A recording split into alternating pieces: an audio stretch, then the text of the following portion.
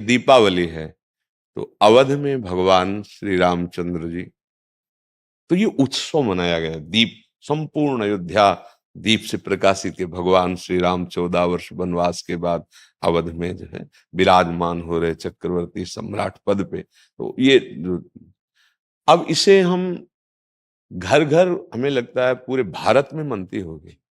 सद्भावना तो है, पर हमको ये समझना पड़ेगा कि जैसे हम दीपावली उत्सव में जुआ आदि खेलने लगते हैं, लोग नहीं खेलने लगते कि भाई साल भर तो हम नहीं खेलते, पर दीपावली को तो खेलें। क्यों भाई? कहाँ लिखा हुआ है कि आप दीपावली को वो अपराध करें जिसमें कलयुग का वास रहता है, जिसमें बड़े बड़े धर्मात्माओं की भारी भारी विपत्तियां आई। धर्मराज युधिष्ठिर, महाराज नल, दमयंती, बड़े बड़े पावन चरित्र हैं महापुरुषों के। क्यों? द्यूत कीड़ा में कलयुग का निवास है। कलयुग शराब पीना, मांस खाना, पर स्त्री गमन करना, स्वर्ण चोरी करना, द्यूत कीड़ा करना। द्यूत माने जुआ खेलना। तो जैसे दीपावली को, ज्यादा तो हमें ज्ञान नहीं, पर गांव में हमने देखा था कि जो लोग नहीं खेलते थे वो भी खेलते थे। आज हम दांव लगाएंगे, पर प्रभु से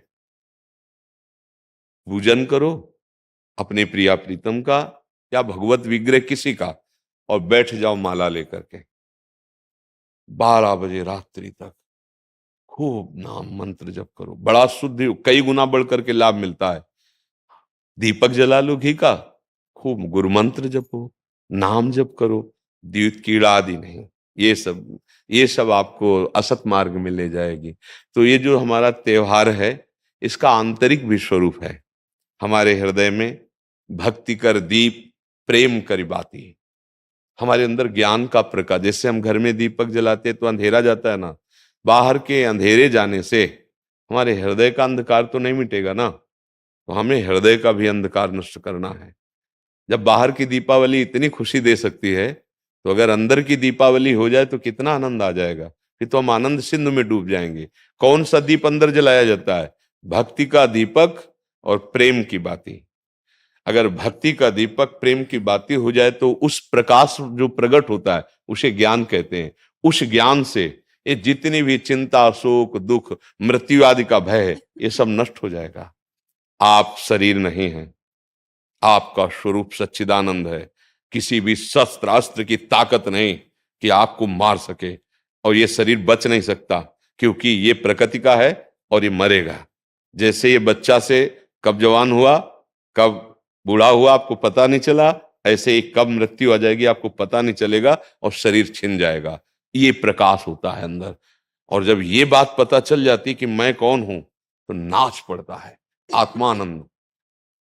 यज ज्ञात्वा स्तब्धो भवति, मत्तो भवति, आत्मा रामो भवति।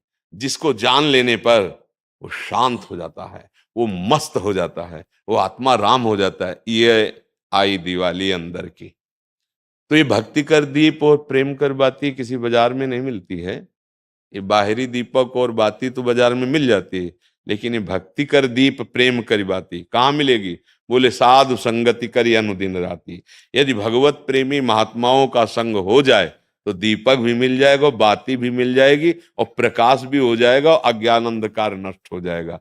हमें लगता है खूब बढ़िया दीपक जलाए और मंजीरा उठावे, भगवान नाम कीर्तन करे 10 20 50 लोग मिलके, फिर एकांत में नाम जप करे, ठाकुर जी को भोग लगाए, आरती करे। तो ये सात्विक, भगवान आए तो सब उत्सव मनाए, आनंद मनाए, आसुरी प्रवृत्ति वाला कोई भी कार्य ना हो। और अंदर भी जब हम नाम जप करेंगे, भक्ति करेंगे, तो अंदर प्रकाश बहुत जरूरी है।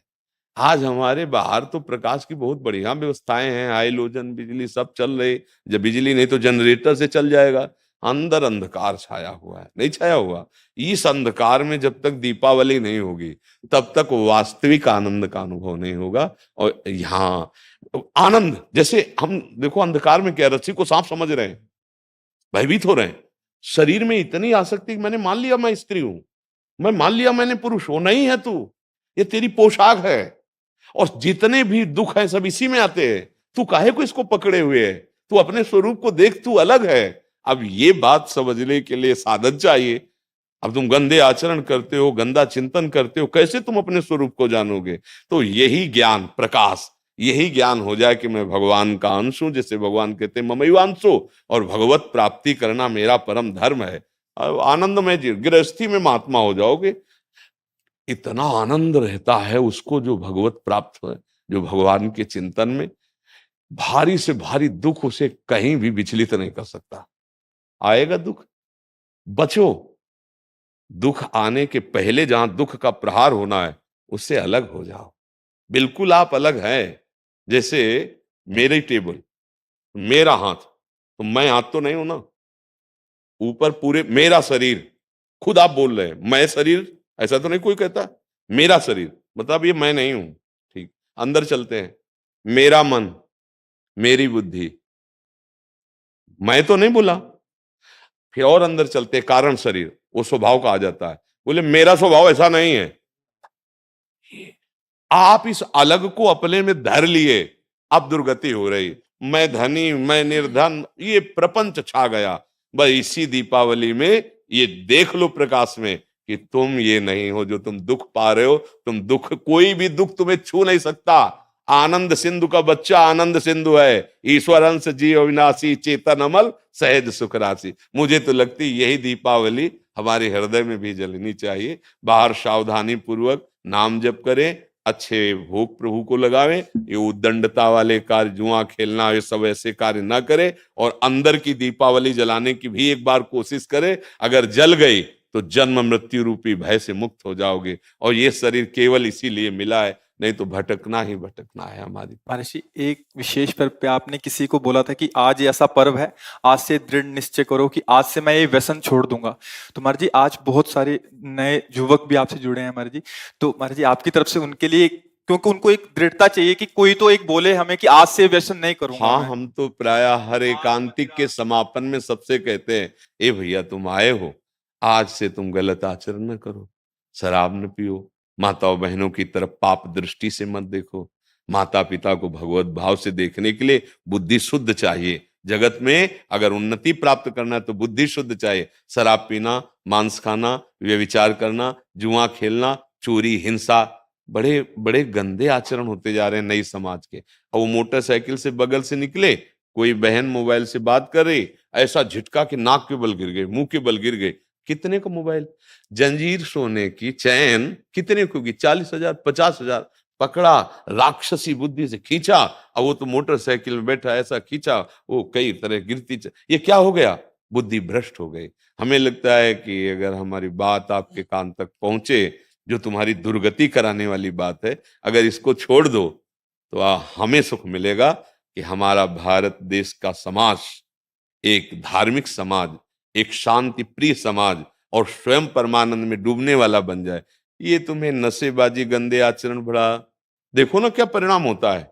मान लो 2-4 बार नहीं पकड़े गए आप, लेकिन जब पकड़े जाओगे तब तब ऐसी पिटाई होगी यहाँ, और आजीवन का। अगर छूट भी गए तो यहां से तुम भले छूट जाओ किसी प्रमाण देकर, लेकिन एक और न्यायालय है जहां राय पाई की चूक नहीं होती, कोई घूस नहीं चलती, वहां के न्यायालय से डरो पक्का। यहां तो मान लो आप इधर उधर करके प्रमाण दे के बच सकते हो या कुछ ले दे के, लेकिन एक न्यायालय जहां कुछ लेना देना नहीं है, किसी गवाही की जरूरत नहीं, वो स्वयं सर्व साक्षी हो। तो पाप कर्म का त्याग, गंदे व्यसन, गंदे आहार का त्याग, यही भारी उत्सव हो जाएगा। यही हम भेंट मांगते हैं जब कोई एकांतिक में कभी भाव आता है, तो ये कहते हैं आप सब ये गंदे आचरण यहाँ छोड़ जाओ, धाम है भगवान का। और जो मान लो ठीक कहा कि दिवाली का पर्व है, तो कुछ न कुछ लेन देन भेंट होती है ना, भाई कोई परिजन आए, उनके खवाया खवाया पियाया कुछ, तो हमारी प्रियता यही है कि तुम सुखी रहो, तुम स्वस्थ रहो, तुम मुस्कुराओ, तुम आनंदित हो। कैसे? अच्छे आचरणों से, भगवान नाम जप से। अगर बुरे आचरण करोगे तो भाई तुम्हें रुपया शांति नहीं दे सकता। देखो, कोई वो चूक ना कर देना जो घर में, गांव में और समाज में आप ऐसे उठा के ना देख पावे। मात्र कुछ चंद रुपए के कारण जब हमारी बात बिगड़ जाती है तो हमारी पदवी और समाज की प्रियता सब नष्ट हो, एक गलती ने पूरा मिटिया मेट कर दिया। कोई अधिकारी जी थे तो उन्होंने मात्र 10,000 रुपए की वो प्रियता में, और उनको उन्हीं के अधिकारी जन जो क्राइम विभाग कहते हैं, वो उनको ऐसे बुरी तरह पकड़ के ले जा रहे थे। तब मुझे किसी के दबाव और प्रलोभन में आकर कभी वो मत करना कि एक न्याय और विभाग है, वहां तुम्हें कटघरे में खड़ा किया जाए, क्योंकि सबका न्यायाधीश श्री कृष्ण है। वो जब न्याय करता है तो वहां किसी गवाही की जरूरत नहीं रहती। आपका पद, आपकी जो योग्यता, वो हमारे समाज के मंगल के लिए, आप नमक रोटी खाओ, भले आप कष्ट से जियो, लेकिन आप आंख झुकाने वाले नहीं बनो। आंख में आंख डाल के बात करने की क्षमता रहे और अपने पद के द्वारा अधर्म को दंड देने की क्षमता रहे। अगर आप गलती कर दिए तो पढ़ाई लिखाई, माता पिता, समाज, इससे आप आंख नहीं मिला पाएंगे, सब व्यर्थ हो जाएगा। ये क्यों व्यर्थ हो जाता है? जब हमें ये बात समझ में आती कि धन में सुख है, बुद्धि भ्रष्ट हो गई, पतित हो गई बुद्धि। नहीं, धन में सुख नहीं, धर्म में सुख है। आप देखो ना, बहुत आप अधर्म पूर्वक धन ले तो आप देखो आपका परिवार बिखर जाएगा, अशांति पैदा हो जाएगी। ऐसी संतानें पैदा होंगी जो आपको हर समय देखकर जलाती रहेंगी। पक्का विश्वास मानना, अधर्म के धन से कभी सुख शांति नहीं मिलती। और ये अधर्म तभी होता है जब हमारी बुद्धि खराब हो, और बुद्धि खराब तभी होती है जब ये 6 बातें होती है। पक्का समझ लेना, शराब पीना, मांस खाना, परिस्त्री से या परपुरुष से व्यभिचार करना, और हिंसा करना, और चोरी करना, द्युत कीड़ा आदि चोरी करना, जैसे ये चोरी ही मानी जाती है। अधिकार के विपरीत आचरण करना चोरी ही मानी जाती है। ये जब होगा तो कलयुग बैठ जाएगा, कलयुग को ये स्थान दिए, और कलयुग जब बैठ जाएगा तब दुर्दशा करा देगा। एक बड़े धर्मात्मा महापुरुष की बुद्धि में बैठ गया कलयुग। वो मुकुट लगाने के कारण जरासंध का, तो एक ऋषि के गले में मरा हुआ सर्प डाल दिया और कारण बन गया मृत्यु का। 7 दिन में तक्षक काटेगा, ऐसा संगी ऋषि ने शाप दे दिया। इसलिए बहुत सावधान। हाँ, हमारे पास भगवान की कृपा से जो आपका आना हुआ है, आप नशा रहित, आप गंदे आचरण रहित एक अच्छे मानव बने, तब आप में देवता बनने की सामर्थ्य आवे, दैवी संपदा आवे। फिर आप चाहो तो नारायण बन सकते हो। जब नारायण नर बन सकता है तो सीढ़ी हुई ना, तो आप इसी से चढ़ सकते हो। नर नारायण बन सकता है, क्योंकि हम